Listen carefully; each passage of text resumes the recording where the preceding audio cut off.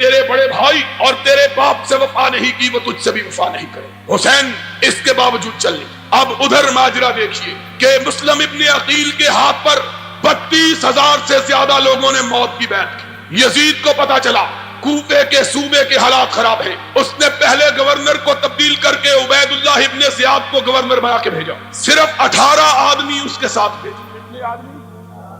عبداللہ ابن عبید اللہ ابن زیاد این اس زمانے میں جبکہ کوفہ کی ہر گلی، ہر بازار اور ہر گھر میں حسین کے نعرے لگ رہے تھے، ان دنوں میں صرف 18 سپاہیوں کے ساتھ عبید اللہ ابن زیاد نے کوفے میں قدم رکھا. اس زمانے میں عربوں کا دستور یہ تھا کہ پرانے پنجابیوں کی طرح سفر کرتے ہوئے اپنے چہرے پہ ٹھاٹھا باندھ کے رکھتے، جس طرح ہمارے دیہاتوں میں دیہاتی لوگ سفر کرتے ہوئے اپنی پگڑی کا پلو اپنے منہ پہ باندھ لیتے ہیں. اسی طرح عربوں کا دستور تھا کہ چہرے پہ گرد و غبار نہ پڑے. عبید اللہ ابن زیاد اپنے چہرے پہ ٹھاٹھا باندھے کوفے کے بازاروں میں داخل ہوا. لوگوں کو حسین کا انتظار تھا. انہوں نے سمجھا حسین آ گیا ہے. سارا کوفہ نکل کے باہر آ گیا. جہاں سے گزرتے لوگ کہتے السلام علیکم یا ابن رسول اللہ، رسول کے بیٹے تجھ کو سلام دو. انہوں نے سمجھا حسین آیا. جب تک عبید اللہ ابن زیاد اپنے گورنر ہاؤس میں پہنچے 32,000 کے قریب کوفی جمع ہو چکے تھے. حضرت مسلم ابن عقیل کو پتا چلا، وہ بھی بھاگے ہوئے آئے کہ حسین آ گیا. ان کو تو پتا نہیں کون آیا. گورنر ہاؤس کے پاس جا کر مسلم ابن عقیل پاس، ان کے ساتھی پاس عبید اللہ ابن زیاد نے اپنے چہرے سے اپنے کپڑے کا پلو ہٹایا. لوگوں نے دیکھا کہ حسین کی جگہ عبید اللہ ابن زیاد آ گیا ہے. اب عبید اللہ ابن زیاد نے گھور کے دیکھا 32,000 شیعہ، صرف 18 سپاہی تھا، اور پلٹ کے کہنے لگا کہ جان عزیز ہو ابھی پلٹ جائے، وگرنہ کبریائی کی قسم میں تمہاری بیویوں کو بیوہ اور تمہارے بچوں کو یتیم کر دوں گا، پلٹ جاؤ. اب ذرا سوچنے کی بات ہے، 18 سپاہی، اور وہ زمانہ نہیں تھا کہ پولیس والوں کے پاس جیپیں، بندوقیں اور سٹین گنیں اور آنسو گیس کے آلات اور لوگ بیچارے نہتے، بلکہ وہ زمانہ وہ تھا کہ پولیس والوں کے پاس بھی تلواریں اور عام لوگوں کے پاس بھی، دونوں کے پاس تلواریں. لیکن کوفے والوں کا حال پنجاب کی اس بستی کا سا تھا جس بستی میں ایک چور ایک ڈانگ لے کے آ گیا، پوری بستی والوں کو آگے لگا لیا. آگے آگے بستی والے پورے بھاگ رہے، پیچھے اکیلا چور بھاگ رہا. صبح کو لوگوں نے پوچھا اور تمہاری مت ماری گئی ہے، تمہیں کیا ہو گیا؟ کہنے لگے کیا کریں، ہم سارا گاؤں اکیلے اور چور اور لاٹھی 2 جنے تھے. یہ کوفے کے لوگوں کا حال. 18 سپاہی، 32,000 جوان. 18 کو دیکھ کے لوگوں نے کھسکنا شروع کیا. حضرت مسلم ابن عقیل نے پیچھے مڑ کے دیکھا کہ 32,000 میں صرف 3200 باقی رہ گئے. کہا پکڑ لو اس گورنر کو، اس کی بوٹیاں اڑا دو، پکڑ لو. عبید اللہ ابن زیاد نے کہا کسی کی ماں نے بچہ جنا ہو تو آگے بڑھ کے تو دکھائے. یہ کہنے کی دیر تھی کہ عبید اللہ ابن زیاد نے یہ لفظ نکالے. مسلم ابن عقیل نے دیکھا کہ صرف 32 آدمی ساتھ رہ گئے. اب ذرا اور آگے بڑھے. جاؤ الارشاد شیخ مفید کی، اعلام الورا تبرسی کی، الفصول المہمہ ابن سباق کی، کشف الغمہ اربلی کی، تمہاری کتابیں اٹھاؤ. کوئی مقابلہ، کوئی لڑائی نہیں ہوئی. تھوڑی دیر گزری، مسلم ابن عقیل نے دیکھا کہ تنہا تنہا کوفہ کے بازاروں میں کھڑا ہے، کوئی ساتھ باقی نہیں بچا. پردے، اجنبی، تنہا، غریب الوطن، کوفے کے راستوں کو بھی نہیں جانا، پتہ ہی نہیں راستہ کیا. اب بھاگا. اس کی تو بالکل یہی مثال ہے کہ میرے جیسا آدمی شاد باغ میں آئے، تم سارے بھاگ جاؤ تو میں کہاں جاؤں گا؟ مجھے تو راستہ بھی نہیں آتا شاد باغ، کہاں جاؤں؟ مسلم ابن عقیل کے جائے تو جائے کہاں؟ ادھر بھاگے ادھر بھاگے، آخر ایک گلی میں گھسے. دروازے پہ دستک دی. اس شیعہ نے جس نے موت کی بیعت کی ہوئی تھی، حسین کے بھیا کے چہرے کو دیکھا، اپنے کواڑ بند کر. دوسرے دروازے پہ دستک، اس نے دیکھا، پھر کواڑ بند کر لیے. تیسرے چوتھے بھاگتے رہے، پیچھے سپاہی بھاگ رہے ہیں. تعاقب ہو رہا ہے. ایک جگہ پاؤں کو اندھیرے میں ٹھوکر لگی، حسین کا بھائی منہ کے بل گرا، دانت ٹوٹ گئے، منہ سے خون کا فوارہ چھوٹ پڑا. کوئی شیعہ نے علی میں سے خون پوچھنے کے لیے تیار نہیں. ساری رات مسلم ابن عقیل کوفہ کے بازاروں میں کوفیوں کی بے وفائی کا ذکر کرتے ہوئے گھومتے رہے. کوئی پناہ دینے کے لیے تیار نہ ہوا. پیاس سے نڈھال ایک مکان کے دروازے پہ جا کے گر پڑے. چیخ کی آواز گھر والوں تک پہنچی. ایک بڑھیا اندر سے باہر آئی. دیکھا کہ مسلم ابن عقیل جس کے ہاتھ میں کل ہزاروں نوجوان موت کی بیعت حسین کے لیے کر رہے تھے، اس بڑھیا نے مسلم ابن عقیل کو اندر جگہ دی. بیٹے نے کھٹ پٹ کی آواز سنی، پوچھا اماں کون ہے؟ بڑھیا کہتی ہے کوئی نہیں کوئی نہیں. اس نے کہا مجھے آواز آئی ہے. اس نے کہا تیرا وہم ہے. بڑھیا چھپاتی ہے، بیٹا انکار کرتا ہے، اصرار کرتا ہے. آخر دروازہ کھولا، دیکھا سامنے مسلم ابن عقیل بیٹھا ہے. بڑھیا کی آنکھوں میں آنسو آ گئے. کہنے لگی او ظالمو، کل تک اس کے نام کے نعرے لگاتے، اس کے ہاتھ پہ بیعت کرتے تھے، آج اس کو مارنے کے لیے دوڑتے ہو. خدا کا خوف کرو، یہ رسول کے نواسے کا نمائندہ اور رسول کے بھائی کا بیٹا، کوئی ظلم نہ کراؤ. اس نے جلدی سے آگے بڑھ کے ہاتھ کو بوسہ دیا. اس نے کہا میں تو جانوروں کے پیر چومنے والا ہوں، یہ تو انسان ہے. میں تو بڑا فرما بردار خادم، خدمت گزار، ہاتھ چومے پاؤں چومے.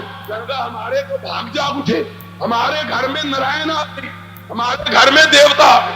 ماں بیچاری دھوکا کھا گئی. اس نے کہا ہاں کسی کو بتلا نہیں. کہا ماں ایسی بات کیا کرتی ہو؟ تھوڑی دیر گزری کہ بیٹے صاحب وضو کرنے لگے. اس نے کہا کیا بات ہے؟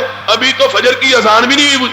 کہنے لگا ماں شکرانے کے طور پہ تہجد پڑھنے لگا ہوں، آج رسول کے نواسے کا ہرکارہ ہمارے گھر آیا ہے. ماں بڑی خوشی، آج تہجد پڑھنے لگا. کہتا ہے ماں جی چاہتا ہے مسجد میں جا کے پڑھوں نفل، اس مسجد میں جس مسجد کو اس کے چچا علی نے بنوایا. ماں نے دروازہ کھولا، وضو کر کے سیدھا گورنر ہاؤس پہنچا. عبید اللہ ابن زیاد کو کہنے لگا آؤ میں تمہارا شکار اپنے گھر میں پھنسا کے آیا. ان کی حالت حضرت مسلم ابن عقیل شہید ہوئے. قافلہ حسین مکہ سے رخصت ہو چکا ہے، چند منزل فاصلہ طے کیا. حسین کو خبر ہوئی مسلم ابن عقیل اس طرح بے یار و مددگار، بے کسی اور بے بسی کی موت مارے گئے ہیں. پلٹنے کا ارادہ کیا. جاؤ کوئی ماں کا لال دکھاؤ تو صحیح جو اس کا انکار کرے. حسین نے پلٹنے کا ارادہ کیا. مسلم ابن عقیل کے بھائی بیٹھ گئے. کہنے لگے حسین ہمارا بھائی مرا ہے، ہم پلٹنے کے لیے تیار نہیں. حسین نے دیکھا یہ پلٹنے پر آمادہ نہیں. فرمایا اگر تم پلٹنے پر تیار نہیں تو میں بھی نہیں پلٹتا. چلا قافلہ کوفے میں. اب جتنی تلواریں ہیں وہ عبید اللہ ابن زیاد کے ساتھ ہیں. لوگ وہی لوگ جو کل تک حسین حسین کا نعرہ بلند کر رہے تھے، آج یزید یزید کے نعرے بلند کر رہے ہیں. اور ابھی کئی منزل دور کربلا میں نہیں پہنچے. 10 تاریخ کی صبح 10 بجے کہ ادھر سے عبید اللہ ابن زیاد اپنا لشکر لے کے آ پہنچا. حسین نے نظر اٹھائی، دیکھا لشکر میں کوئی بھی شامی نہیں، سارے کوفے کے لوگ. کہا کیوں آئے ہو؟ کہا حسین تجھ سے لڑنے کے لیے آئے ہیں. حسین نے بوری بھری ہوئی خطوں کی اٹھائی، ایک ایک کا نام لیا. تم میں تمہارا فلاں سردار موجود ہے؟ اس نے کہا موجود ہے. فرمایا یہ تم ہی نے خط لکھ کے مجھ کو بلایا تھا؟ کہا بلایا تھا، غلطی ہو گئی تھی. کہا اگر غلطی ہو گئی تھی تو اب کم از کم گھر میں بیٹھے رہتے، میرے خلاف لڑنے کے لیے تو نہ آتے. ایک ایک کا نام لیا. پھر بات بڑی. کہا اپنے سردار کو بلاؤ. اس طرف سے کمانڈر آگے بڑھا. کیا بات ہے؟ کہا میری 3 شرطیں ہیں. مجھ کو واپس پلٹ جانے دو. مجھ کو واپس، سنا بات. کہا مجھ کو واپس، میں مکے واپس چلا جاتا ہوں، مجھ کو چھوڑ. کہا یہ ممکن نہیں ہے. کہا پھر مجھے بارڈر پہ بھیج دو، کافروں کے خلاف لڑتا ہوا شہید ہو جاؤں گا. میں کسی حکومت کسی خلافت سے تعلق نہیں کرتا، بارڈر پہ چلے جاتا ہوں. کہا یہ بھی منظور نہیں ہے. تیسری بات. کہا مجھ کو یزید کے پاس لے چلو، جو وہ میرے ساتھ فیصلہ کرے گا مجھے منظور ہوگا. اس نے کہا ہم کو یہ بھی منظور. 3 مطالبے کوفیوں نے تینوں مسترد کر دیے. اور اسی لیے ہم حسین کی شہادت کو شہادت سمجھتے ہیں. کیوں؟ اس لیے کہ حسین لڑنے کے لیے تیار